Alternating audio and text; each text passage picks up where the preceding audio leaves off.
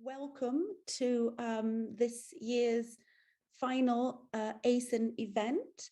My name is Daphne Halikiopoulou. I'm the Vice President of ASEN, and I will be chairing today's event. Just a few quick housekeeping issues before I actually introduce our speakers and we can get on with the seminar, is that we are, as usual, this event is going on through Zoom, but also Facebook and YouTube, and you can have questions whichever forum you are following. So if you are on Zoom, just please put your questions either on the chat or on the Q&A function, and then I will be asking them in the end. Also, if you are on Facebook or if you are on YouTube, you can also put your questions there in the chat, and then they will be passed on to me. So I'm really happy to welcome our speakers today. Our event is going to last about 1 hour. So we have a 20-minute presentation from Dr. Sofia Tipaldou, and then we're going to have a 10-minute discussion from Dr. Anastasia Shesterinina. And then that leaves us roughly with half an hour of Q&A, but we do have a bit of flexibility in case we do want to run a bit longer than that. So what I will do is I will very happily introduce our speakers. I will introduce them as they go along. So our first speaker today is, as I said, Dr. Sofia Tipaldou. Sofia is my very good friend and colleague, and I've known her work for a very long time, and I'm really fond of it. So I'm really happy to be here today and chair this event and listen to her really interesting presentation. Sofia is a Marie Curie Research Fellow at the University of Manchester, and she works on a project on Russian nationalism and Russian foreign policy. Her research or publications are on Russian and Greek nationalism, the far right, and social movements. And as you've seen, or you have seen on ASEN, that her talk is going to be about Russian foreign policy, but actually there's a bit of a catch here. This is even more interesting. It's going to be a snapshot of that. It's going to be on a particular topic. It's going to be on the resilient strategies of nativist movements in authoritarian regime. So without further ado, I look forward to your talk. Sofia, over to you. Thank you very much. It is a big pleasure being here with you tonight between Daphne Halikiopoulou and Anastasia Shesterinina. I'm one of the luckiest persons right now at this moment.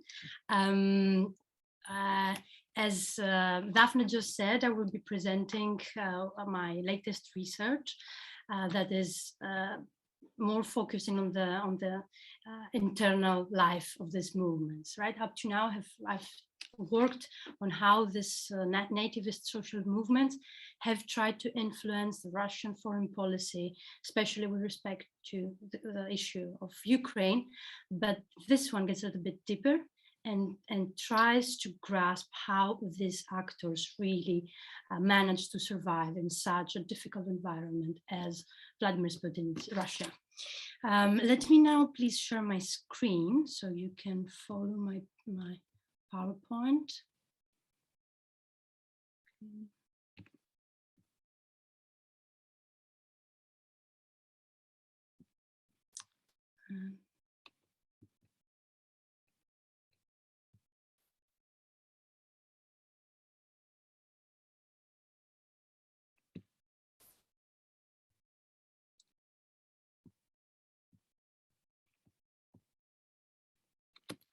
There you go.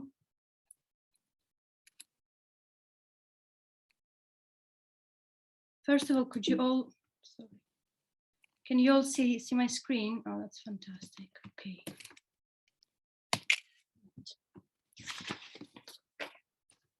So let's start with today's puzzle.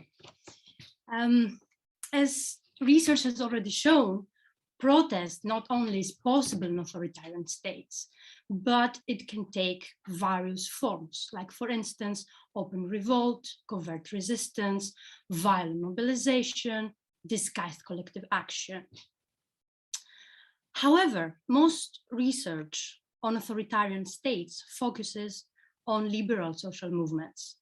And there is very little written on those movements that oppose liberal values. For instance, a movement that are against the entry of refugees in their countries, that are against the introduction of the rights of women and LGBTQ people, or that they don't accept the principle of universalism. One example of this kind of illiberal movements are populist nativist movements.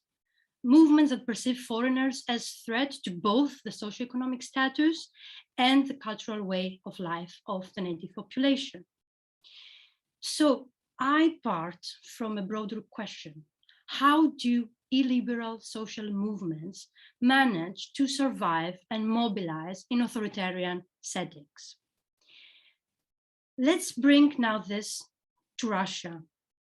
Our presentation coincides with the iconic multitudinal public protests that took place in Russia 10 years ago, when Russians took on the streets to protest against electoral fraud.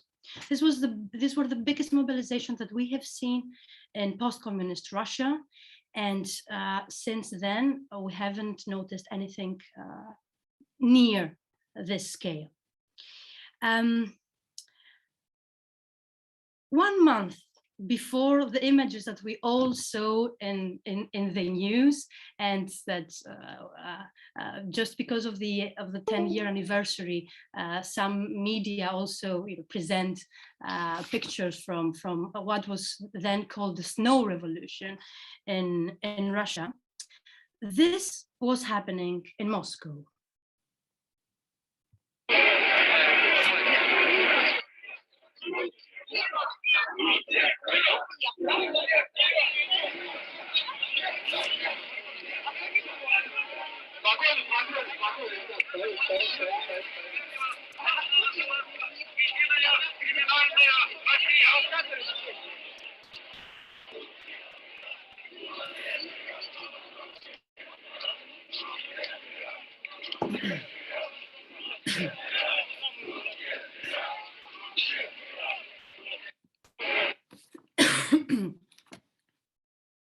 So, given that the Kremlin had already deployed what Robertson called the ersatz movements, that were nationalist youth movements that were organized by government-friendly or government,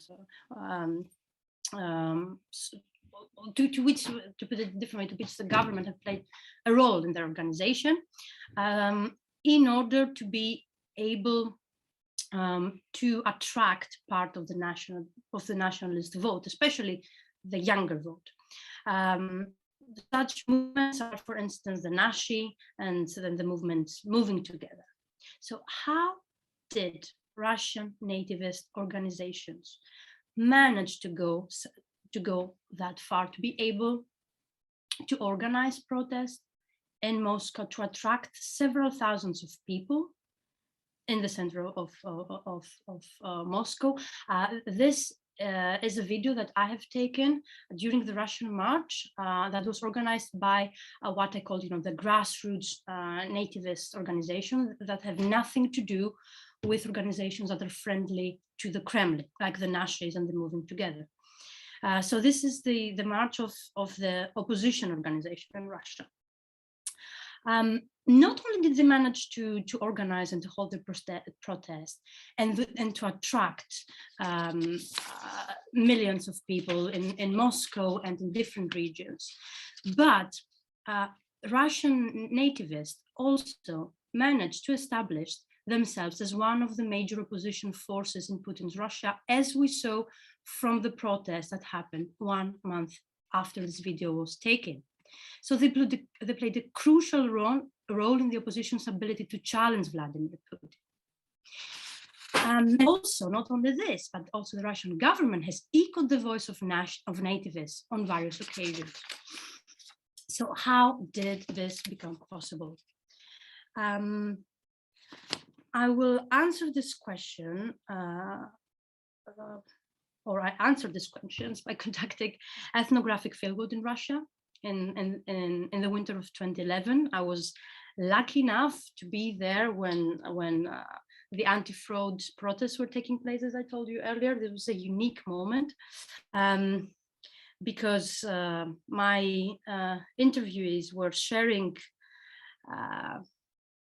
an enthusiasm that change is possible in Russia, and they were also, looking forward to becoming parties, as I did later, and to run for elections.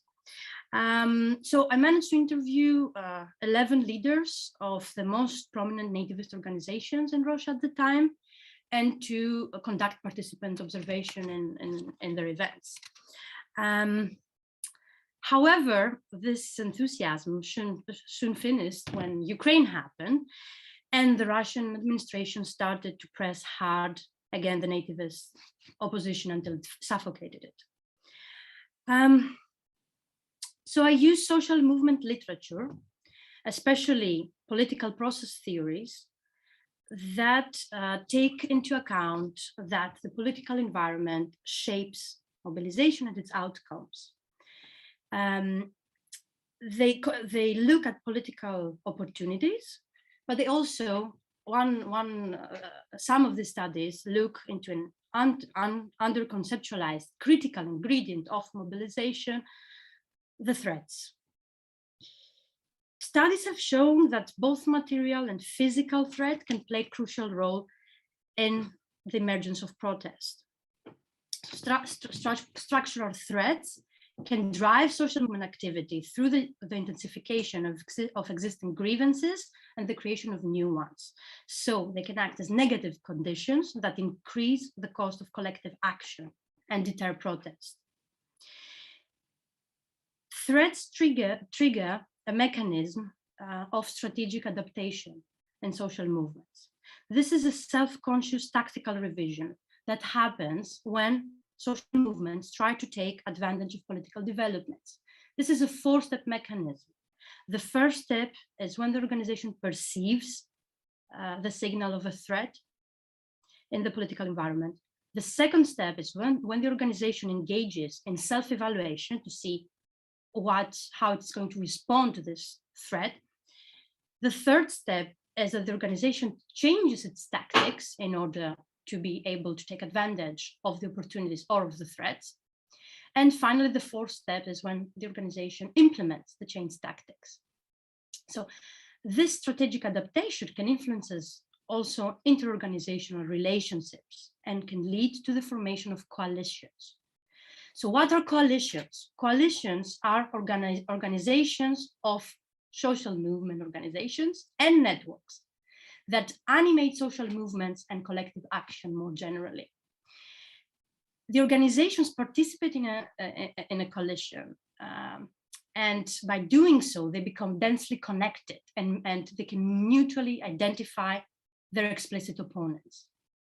The members of the coalitions can mobilize resources and campaign through exchanges and pooling of resources between them. And as a result, they enjoy lots of advantages. First of all, coalitions facilitate the diffusion of protest, they increase the movement's visibility, they expand their tactics, they promote innovation, they help them escalate their actions, and as such, they increase the success of protests and the relevance of the coalition's themes in the political agenda. Now let's go back to Russia. In Russia, threat in the political environment can be considered constant. And nativist organizations are competing among each other for the same electorate, for the same public. So my argument is that the nativist opposition in Russia functions under a competitive cooperation situation, which means that organizations cooperate with like-minded organizations, like nativists with other nativist organizations, and appeal to the same constituency, resembling thus women's organizations in favor of abortion rights in the USA that Susan Stagenborg has studied, or the new groups, left groups of the 70s in Italy that Donatella Della Porta has studied. However, some of them changed this and entered a non-competitive cooperation model. by doing this, they managed to shift the cooperation model from a competitive into a non-competitive model by focusing on different issues and dividing the political market among them. How they do this? This is the model that I have developed, according to which this process that I just described takes place. So first, when an opportunity closes or opens, the organization has to perceive it, to decide what it wants to do. And if it decides to implement new tactics and to enter a form of coalition, it can either do it with organizations with the same ideology, with different ideology. And in this case, there will be no problem because they're not going to compete for the same constituencies. And this will open them new opportunities. Or they can do it with organizations of the same ideology and compete for the same constituencies. In this case, they enter a competitive cooperation, which is like the big box that you see in the middle. Okay, so far, that's what we know from the literature. What I show you is that in Russia, the nativist organizations managed to overcome this problem by developing some or three of these survival strategies that you see on the right. So the first strategy are the flexible organizational structures. The second is common mobilization and bridging organization. And the third strategy is the development of frame specialization.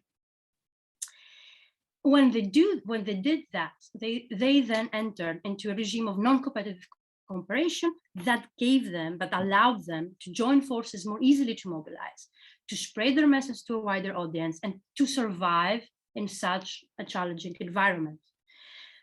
Why? Because when the government banned one organization, then the others continued with their public actions until this organization reshuffled.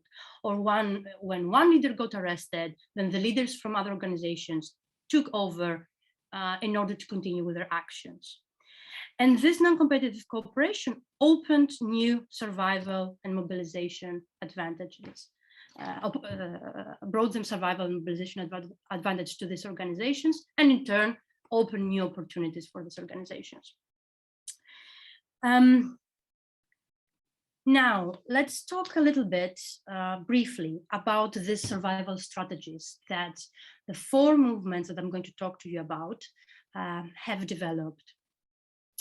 The first strategy, let's go to the next slide, has to do with the flexible organizational structure. This is what they called the network principle. It refers to small, flexible groups, not too big movements, that allow for overlapping membership. That means that one member can be simultaneously member of different organizations, and that they also allow for multiple leadership. And of course, they use the internet. They relied heavily on the internet for their mobilization. It was very important for them. Then they also developed common mobilization.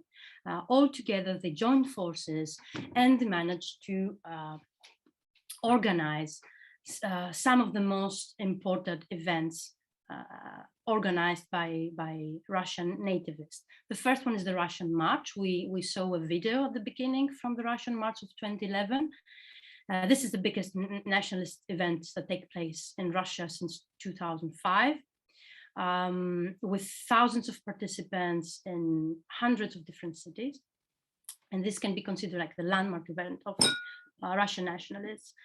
But also, they managed to do other mobilization, like large-scale mobilization, like the events in Kondopoga, a little town in the north of Russia, where after a brawl between native Russians and non-native Russians, some nativist organizations mobilized heavily, relying heavily on social media, and managed to attract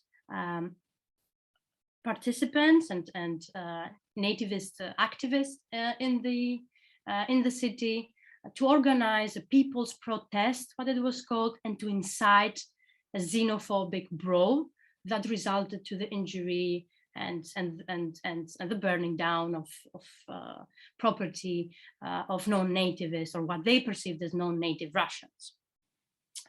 They even tried to repeat this event during various occasions when there were similar clashes between ethnic Russians and non-ethnic Russians. Non-ethnic Russians might include also Chechens for some reason, but this is something we can discuss about later. They keep on repeating, so this the Kontopoga strategy with various degrees of success. But the most successful event was the 2011 protest in front of the Kremlin. What was named as the Manage event, the Manage mobilization, for which nativists are very proud, because they managed to organize spontaneously, to gather some thousands of people in front of the Kremlin, chanting xenophobic slogans such as Moscow for Moscovites and Russia for Russians, and even attacking violently passers-by who didn't look Russian enough for them. Finally, and probably the most important strategy that these groups came up with is the frame specialization. So these four groups that I am researching, despite of the fact that they're more or less in favor of the same things, they all belong to the same group, and they overlap a lot, their ideology overlaps, and until the point, so despite of this fact, they manage to develop these framing strategies in order to be able to be identifiable and not to mix with each other. So I will give you examples to make it more clear. The first movement, the Russian social movement, presents itself as the defenders of human rights, defenders of Russians. It says that they are the vigilants of the rights of the Russian people, as opposing state laws that are, and they are opposing state laws that are against the rights of the Russian people. So they invite the public when they have, when they're into, what it happens when they're into brawls, usually with non-Russian, with people from non-Russian minorities, to go to them. They provided a team of lawyers, and they ran to the court, and they did also a crowdfunding and other actions in order to help native Russians. The second group, called Movement Against Illegal Immigration, presents itself as the guardians against non-Slavic immigrants. Of course, well, as the name also says, right? But of course, by non-Slavic immigrants, they also mean non-white immigrants. This ideology overlaps with the ideology of the third group, the National Socialist Initiative, a group that resembles very much Hitler's NSDAP party. This movement presents itself as the guardians of the white race, and also as it also created a solidarity fund for imprisoned nativists, because its leader has been repeatedly imprisoned.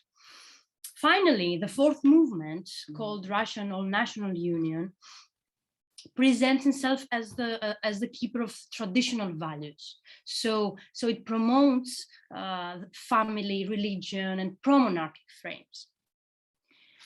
To conclude, accomplishing a competitive or a non-competitive situation is a strategic decision for nativist movements and for social movements in general. But in the case of Russian nativists, we see that they deliberately developed strategies to collaborate without having to compete for the same constituencies.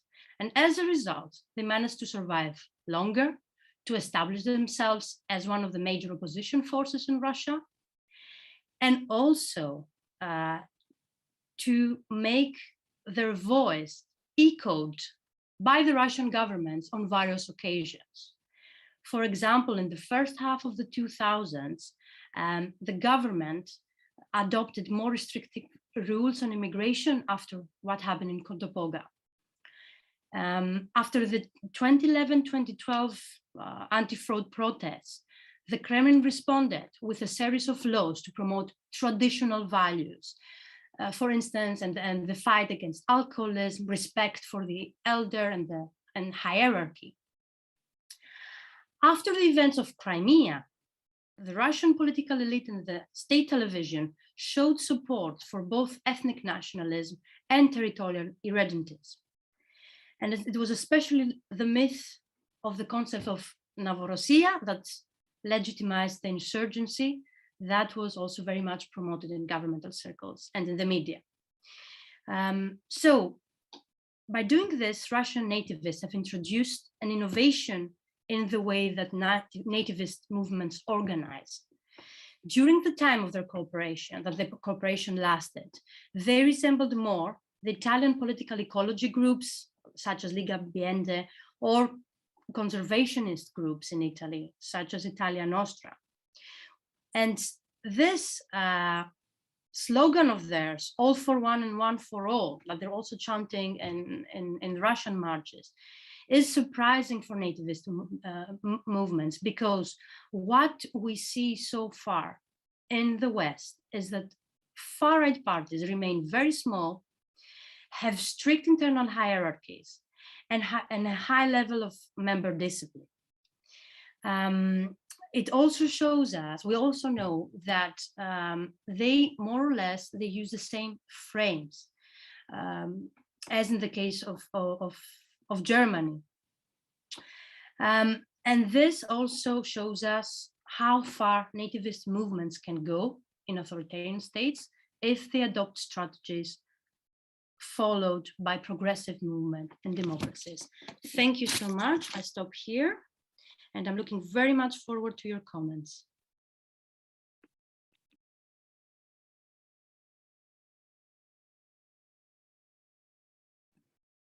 Fantastic. Thank you so much, Sofia, for that really fascinating discussion for nativist movements in Russia. I learned a lot. Already we're having questions, and I have some of my own, but before we do that, now we are going to have Dr. Anastasia Shesterinina, who has kindly agreed to offer a discussion of your research. Anastasia is now senior lecturer at the University of Sheffield. Very many congrats for that. She holds a £1.2 million Future Leaders Grant and working on mobilization in civil war. And she's leading a project on the Civil War Paths project, and particularly her work is on the Georgian Abkhaz civil war. She has a PhD from the University of British Columbia. I hope I got all that right. And I very much look forward to your comments. So it's the floor is yours, Anastasia. Thank you so much, Daphne, for this kind introduction, and Sofia for this absolutely fascinating and important presentation. I greatly enjoyed reading the paper, and will summarize the paper just to the extent to contextualize it and then provide some comments and reflections. So the paper introduces a key overlooked subset of social movements in authoritarian regimes, namely populist nativist movements that oppose liberal values espoused by most organizations at the heart of social movement research. It asks how these illiberal movements function in authoritarian regimes and theorizes an endurance tactic whereby nativist movements do not compete with each other, but rather build coalitions, dividing labor to achieve survival, mobilization advantages. instead of hierarchical organization that, for instance, engenders internal discipline in existing studies.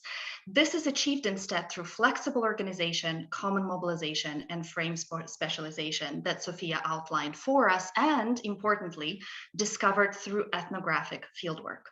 So as a result, this research makes critical contributions to our understanding of state-society relations in authoritarian regimes, to coalition dynamics in nativist movements and far-right social movements more generally, as well as it's clearly written, it demonstrates superb knowledge of the relevant literature and presents a really difficult to access and captivating case study.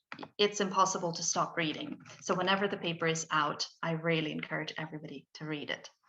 So in the rest of my comments, I will highlight a number of clarifications that could further strengthen the analysis, as well as pose some questions for the discussion.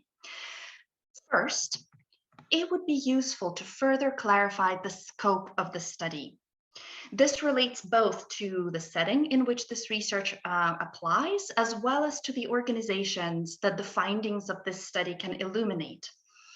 In terms of the setting, the paper uses kind of interchangeably authoritarian, illiberal, and sometimes hybrid regimes. So it opens by discussing authoritarian regimes in particular, then shifting to hybrid settings, and in my reading, kind of subsuming both under the general term illiberal regimes. But of course, differences exist in these settings, both empirically and theoretically.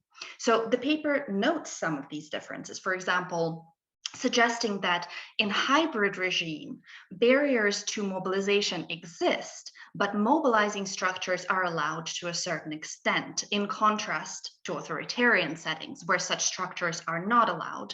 And the absence of mobilizing structures then results in what Wendy Perlman calls mobilizing from scratch. However, surely there is variation in the extent to which mobilizing structures are possible in authoritarian settings, depending on the regime's capacity, interest in repressing particular kinds of mobilization at different points in time, as well as bottom-up mobilization dynamics, among other factors. Furthermore, illiberal regimes can encompass both different combinations of both democratic and authoritarian elements. And so the relationship between such regimes and hybrid settings could be more clearly articulated. And so in general, greater clarity on what kinds of regime this study speaks to could help more sharply identify where the findings of this research will travel. Similarly, in terms of the organizations that this analysis tackles, the paper really zooms into populist nativist movements that we know very little about, but also mentions far-right organizations that we know much more about. So what is the relationship between the two? Is one a subset of the other? And kind of clarifying this, I think, would help more powerfully draw implications for this analysis for both social movement research and particularly far-right studies. My second set of clarification kind of points are about the key contributions of this research. So I find that one of the key contributions of this research is not simply to point out the combination of flexible organizational structures, common mobilization, and frame specialization in the explanation of how nativist movements survive and mobilize in authoritarian settings, but also to uncover the interaction between these strategies in really a process-oriented way, answering questions of how rather than why or to what extent. So we learn, for example, that if leaders of organizations increase their respective organizations' specialization and flexibility in terms of organizational structures and allow their members to mix, then they can achieve the goal of coalition building that can in turn enable their survival and continued mobilization. So a number of clarifications would be useful here as well. First, it is almost assumed that non-competitive rather than competitive cooperation is the goal for these organizations in their coalition building efforts. Why does non-competitive cooperation underpin their survival and continued mobilization? What would be different if these organizations were to compete while cooperating? what would such competition look like? So the paper, for example, notes that in Russia, competition and cooperation coexist. Couldn't it be the case then that even while striving toward non-competitive cooperation, elements of competition remain in general? And if yes, is this a continuum rather than a binary? Furthermore, while stressing the flexible organizational structure, the study nonetheless seems to assume general hierarchical dynamics. For example, it is the leaders who decide to structure their organizations in a particular way and allow their members to mix or not with other organizations. So to what extent then are these organizations really flexible in their structure? Once again, could this be a continuum from hierarchical to flexible rather than a binary? And could both coexist in different spheres of these organizations' activities at the same time? And what are the implications of moving along and adopting elements of these different organizational structures for internal discipline and other outcomes, such as fragmentation or an ability to sustain an intended tactic, nonviolent or violent? In terms of the contributions and clarifications, finally, the paper argues that in the context of non-competitive cooperation, every organization specializes in a different area. And so organizations no longer compete for the same constituency. But constituencies for these different areas can still overlap. And so perhaps extending the discussion to how this nonetheless supports organizational survival could help strengthen the argument. Third and lastly, with regard to clarification points, there are just quite a few moving parts in the theoretical framework writ large, which includes threats, strategic adaptation, and coalition building. And so a number of clarifications would be useful here as well. First, when speaking about threats, it appears that the key threat for this study is state repression. Yet, threats are used more generally throughout the text, and I would suggest clarifying this in the analysis. Is it state repression and or other forms of threats? And what do we need to pay particular attention to in terms of threat when it comes to these nativist movements in authoritarian settings, and why? Second, strategic adaptation is clearly important in these settings, but what is somewhat unclear is if this is the only mechanism that leads to coalition building. Could there be coalition building outside the context of strategic adaptation, for example, by design, theoretically, right? So in other words, are there alternative explanations of coalition building, particularly regarding nativist movements in authoritarian settings? Lastly, it would be useful to clarify why coalitions bring the advantages that the organizations seek and what these advantages are exactly. So the paper notes that coalitions, for example, distribute the effects of one's group activities to all of them. So then is it simply an increase in returns? Are there any qualitative mechanisms that bring advantages, and are these advantages themselves simply about the multiplicity of audiences where these messages can be distributed or a mobilization pool could be established? So the paper mentions, for instance, an expansion of tactics and innovation as a result of coalitions. And more could be said about what these look like and how they are linked to coalition building. So what the mechanisms connecting the two are. For example, building on Chenoweth and Stefan's study of civil resistance. So drawing on these and other observations from this rich study, I'd like to pose 3 questions for discussion. First, and you wouldn't surprise that I'll be asking this as a fellow political ethnographer, could you tell us more about your interviews and participant observation? This is highly challenging and rich fieldwork that we're seeing here, but it's only mentioned in passing in the paper. And I'm sure we all would love to hear more about how you selected and accessed your research participants, what questions you asked, what was most surprising in terms of the insights that you gained, and what might have changed since the time of your fieldwork. Second, I'm really curious about what success looks like in the case of nativist movements in authoritarian settings. So the notion of success is mentioned also throughout the text, and success as survival is emphasized. But survival to what effect? Are these organizations attempting to survive in order to influence public opinion or achieve other outcomes, such as policy influence on the issue of Ukraine that you mentioned at the beginning of the talk? If it is survival for the sake of survival, how do these organizations then motivate their members? In other words, is survival for the sake of survival enough to keep the movement going? And finally, the study suggests that populist nativist movements that most of us in the room probably don't like could survive longer and mobilize better if they apply previously successful left-wing movement tactics that Sofia outlined. So this begs a question of what the practical implications of this research are. What recommendations for policy and practice would you make, including for counter movements seeking to oppose the liberal values animating these actors discussed here?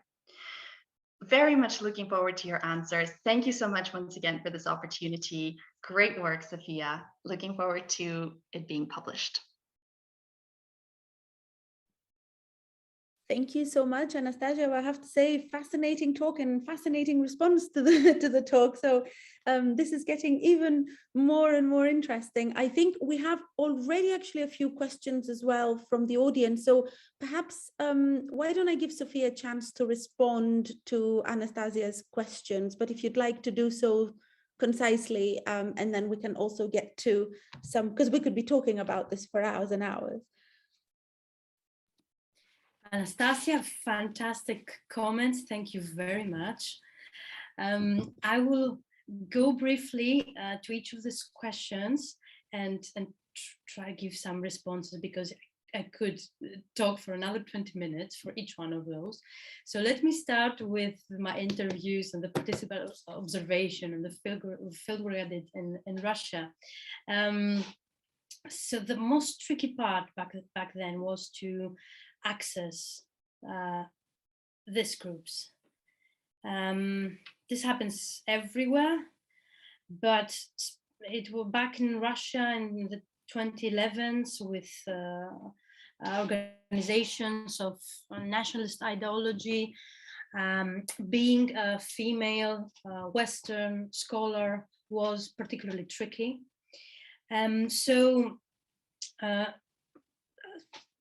What I did was to go to a public event of one of these groups. I was lucky enough that they were presenting their latest mobilizing event that was Хватит кормить Кавказ. So they wanted to stop feeding the Caucasus. That was the event back then that opened the doors. I had yes, I previously tried to email some of the leaders whom I knew that they were going to be there, but didn't pay so much attention. So by participating in the event, I had the chance to get to know to one of the key persons of the nativist movement. I went and introduced myself, and he was kind enough to accept me for an interview. And during the interview, I first interviewed the leader, and then the leader interviewed me in order to make sure that I can go to the next stage, which would be of introducing me to his fellow activists. And it looks that I was successful in passing that interview. I think it was the most important interview of my life up to now. And that's it. That's when the snowball effect took over. From this moment on, I was sent from one activist to the other. Unfortunately, my resources were limited. I could only stay in Russia for 3 months back then as a PhD student. So I interviewed as much as I could. If I could stay longer, I could, interview as many of them as there were, because they were very fun, very eager to speak to a Western person who is coming from elsewhere to study them. They were in fact delighted by the fact. So they were delighted by the fact that I learned Russian in order to do this, and by the fact that I was there. Also, there are some physical bias which played in my favor.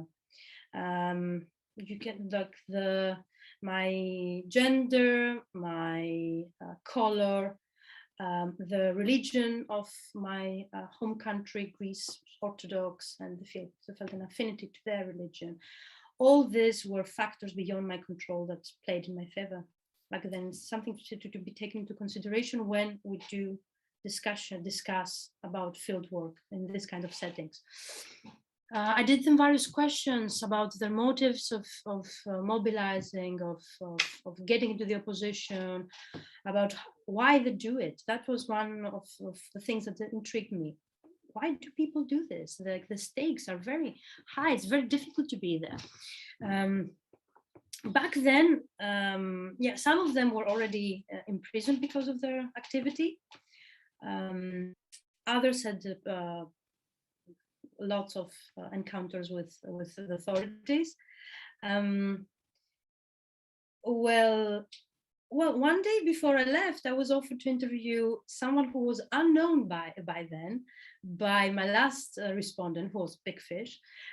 This person was Alexei Navalny, whom I was offered to interview back then. Yeah, who, as my interviewee said, he just went out of jail again, just in and out from then. But unfortunately, I couldn't make it because I had my ticket and my visa was expiring. So what have changed since then? Everything. This is why this period enables us to look at a specific moment in authoritarian regimes when they still allow for a certain degree of openness, right? There is state control, but there is a degree of openness. So there were also, you know, the stakes were high, the spirits were high, they were waiting for a change. Coming to what success looks like, to your second question, Anastasia, success for them was, well, not to get banned, not to get imprisoned, and being able to run for election back then.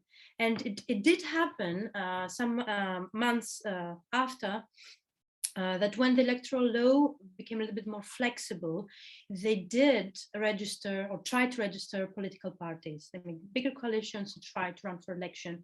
They were never given the permission to do so, but that was their intention. And finally, about the practical implications of my research. Thank you so much. Yes. Yeah, in a nutshell, you can say that my paper is a manual of how to become a successful populist nativist movement. If you want to become successful, you can follow this instruction, right? But this is not my intention. My intention is to form clear policy proposals about how we can counter the development, the rise of especially anti-democratic movements and exclusionary movements. And well, in Russia, the regime helped in some exchange to silence all kinds of opposition, including nativist opposition, but this is not the case in Western Europe. So we could use my research outcomes in order to formulate clear proposals about what to do, what governments should do in order to counter this threat. Thank you.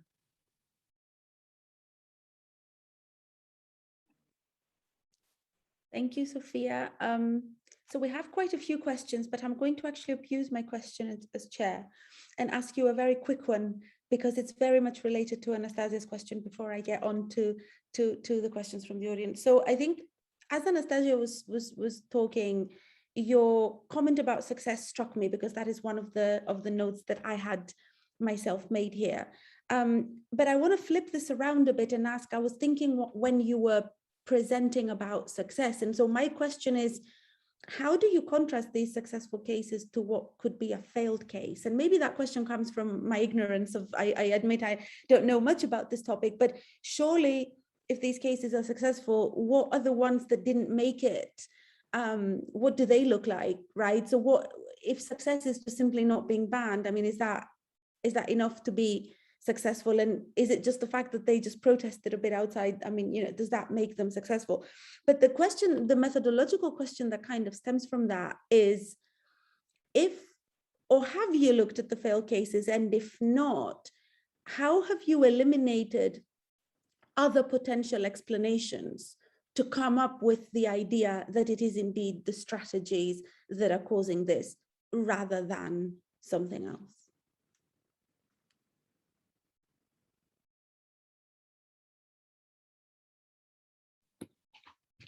Fantastic question. Thanks for allowing me to respond to this and to go a bit deeper. So success doesn't look like, you know, not being banned. Quite the opposite. In Russia, the successful parties were nativist parties. Those who belonged to the opposition had at least to have been banned once, and the leaders at least have been in prison once.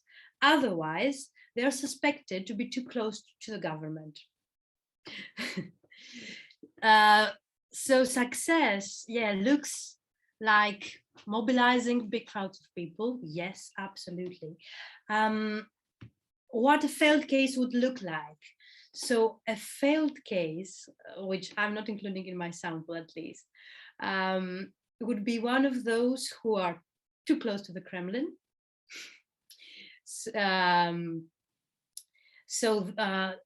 These are easy because those groups that belong to the grassroots opposition, the nativist opposition, identify each other and guided me in order to get this information about who is with them and who is against them. For instance, Kremlin groups that are promoted by the government would not enter the sample. And then I think that the most significant choice of only handpicking these 4 groups was the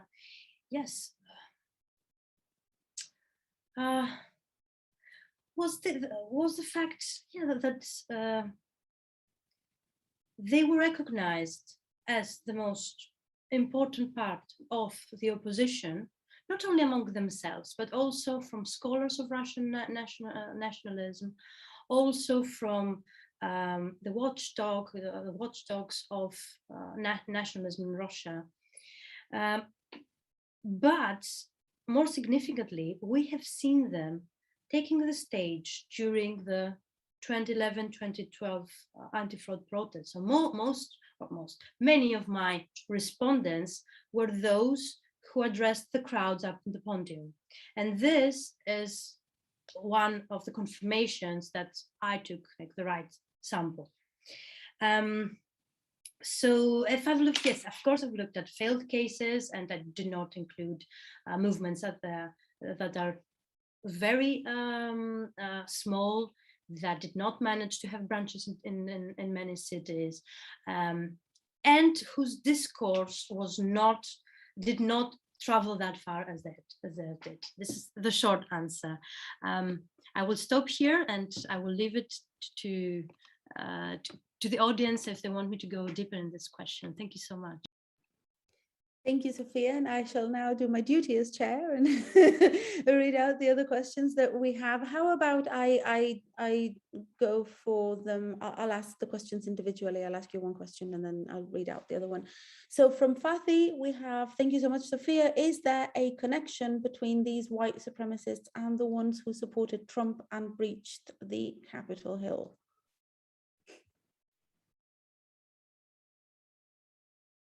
Should I go one-on-one, or should we take some together? We can take 2 at a time. So let me take one more then from Rachel. To what extent does this network of social movements and groups depend on the internet to exist? Is this a phenomenon that could only exist in the era of WhatsApp and VKontakte?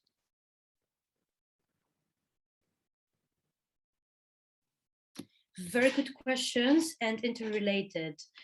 So there is an international network of far-right movements and activists.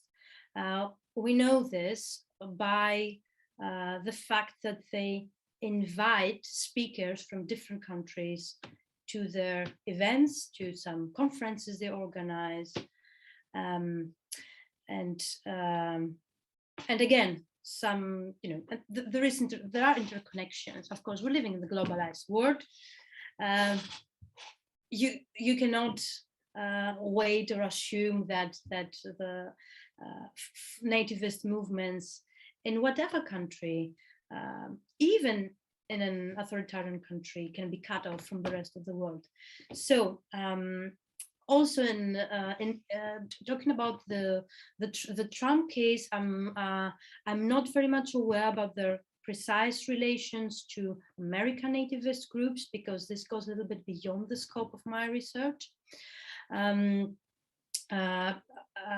I'm much more informed about the connections between the Russian nativists and the Greek far-right party Golden Dawn. There were a lot back then. And of course, I believe that this wouldn't be possible without the internet, because it gave them lots of flexibility. Of course, they could meet anyway, and they could try to collaborate to different extent, but the fact that they managed to mobilize such massive amount of people for snap mobilizations like the Kuntupoga event, or like what happened in Manage Square, that was in a matter of hours. About 5,000 people went to the center of Moscow to protest against the killing of a Russian football fan in the hands of Caucasian youth. So it wouldn't be possible without the internet, and it was my respondents who confirmed this. Many of them talked about how important it was, how much it helped their organizations, how much it helped the mobilizations. I wouldn't think it would exist in another era at this scale, at least. Fascinating. Okay, now we have a question from David, who asks the following. Tilly says that the process of innovation in social movements is always slow. What you've set out seems to be pretty rapid innovation because of the political situation and the particular relationship with the state. Do you think that this rapid innovation in Russia is limited to those circumstances, or does it pose a broader challenge to the classic literature? I also have to point out the strong contrast between cooperation on the far right and the permanent disagreements on the far left, and the potential for social movements in liberal states to learn from these social movements in the authoritarian state of Russia. So question and a comment there. We have one more, so I'll ask the last one as well then, and you can get them. So this is also from Pathy. Another question on right-wing versus left-wing populism. What is the connection or impact of each trend?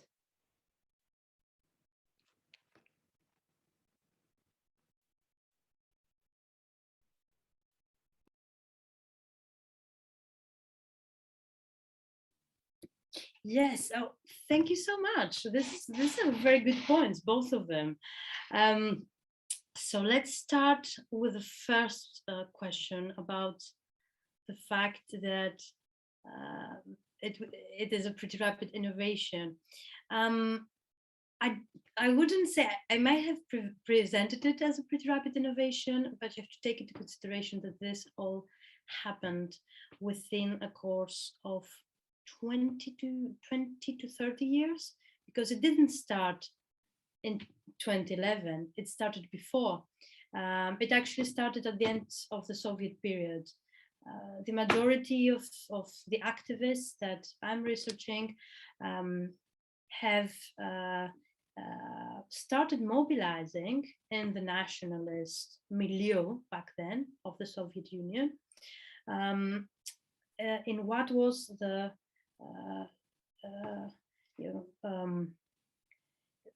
prime or the mother party of modern Russian nationalism, called Pamyat. So they all come from there. different organization developed in the 90s, and through trial and error, I believe, we reached the point to have these organizations that I'm looking at in the 20,000s. And they knew better, they learned from the organizations before them. They didn't want to repeat the same mistakes, and they wanted to innovate.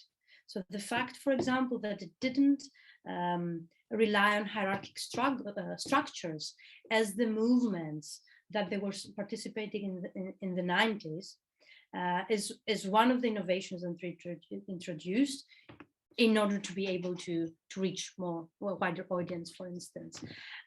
So I'm not sure that it challenges existing literature.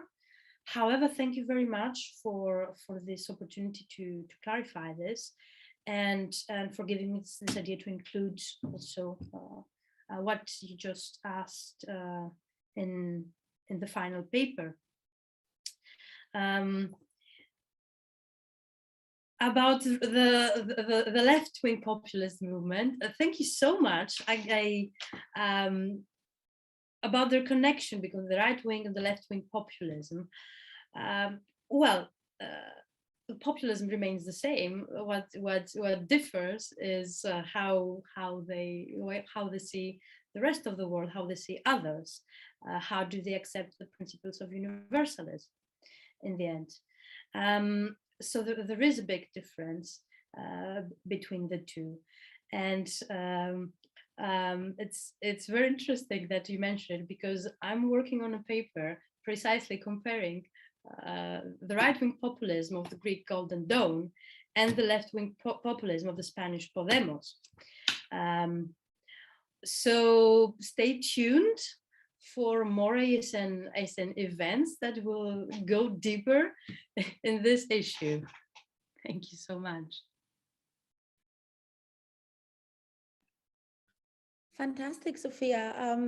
Thank you so much to both of you. I think this concludes our questions. If nobody else has anything, yes, we have loads of thank yous coming in. So again, thank you so much for a really fascinating paper and really fascinating discussion to the paper. Before we go, I'm told I need to make a couple of announcements. So I'm going to do that now. I've got 3 announcements, in fact. Thank you for joining us today. This is the last of this year, but we will be resuming our events next year. Specifically on January 11th, we have Stuart Turnbull Dugarte, Jose Rama, Andres Santana, and Lisa Zanotti, who will be talking about their book on the Spanish far-right party Vox. So please don't miss that one, also chaired by yours truly. Second, read the ASEN conference. If you have submitted an abstract for our conference, you will be hearing from us during the first week of January. And third, we do indeed have a summer school on nationalism and ethnic studies. Very excited about that. Will be held in Zadar, Croatia, fantastic location, between June 5th and June 12th. We have some great speakers, including Miguel Centeno, Deborah Capel, John Fox, and Sabina Michel, and there is a lot of information on that on the ASEN website. So we did have a really good turnout today from what I can see just from Zoom. Thank you for joining us. Thank you for your fascinating talks. Have a very lovely holiday, very lovely Christmas, everyone, and we look forward to welcoming you again at our ASEN events in January. Goodbye.